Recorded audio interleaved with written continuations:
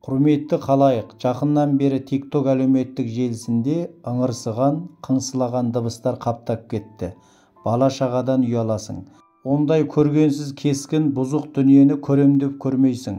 TikTok'ta ақтарып отырғанда, ар-ұяттан азғындаған дыбыс кескіндер тосыннан шыға келеді. Өшіруге де үлгірмей қаласың. Сіздерге бір ғана ақыл айтайық.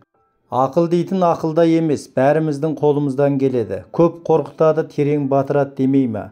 Дереу дауысын басып тастаңыз да, сол мазмұнның астында тұрған стрелканы бассаңыз, шағымдану деген арнайы бап шыға келеді.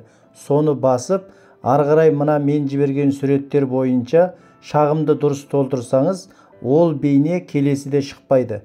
Және сол бұзық пиғылды адамдардың сондай көргенсіз дүниелерді қайта жолдауына бөгет қоя аласыз. Қазақ әлеміндегі әлеуметтік желі текті халық дейтін атымызға сай, таза, ақаусыз болса, келесі ұрпақ алдында бетіміз жарық болмақ. Бір қарын майды бір құмалақ шірітеді.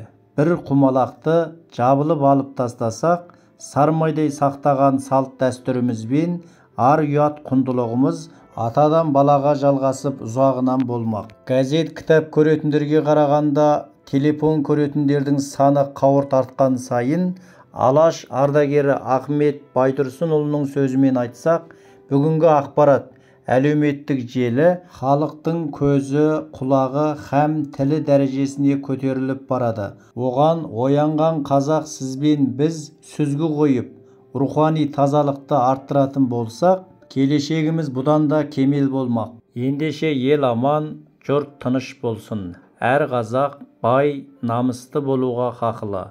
Құрметпен, Ермек Қанатбекұлы, Керек дерек арнасы.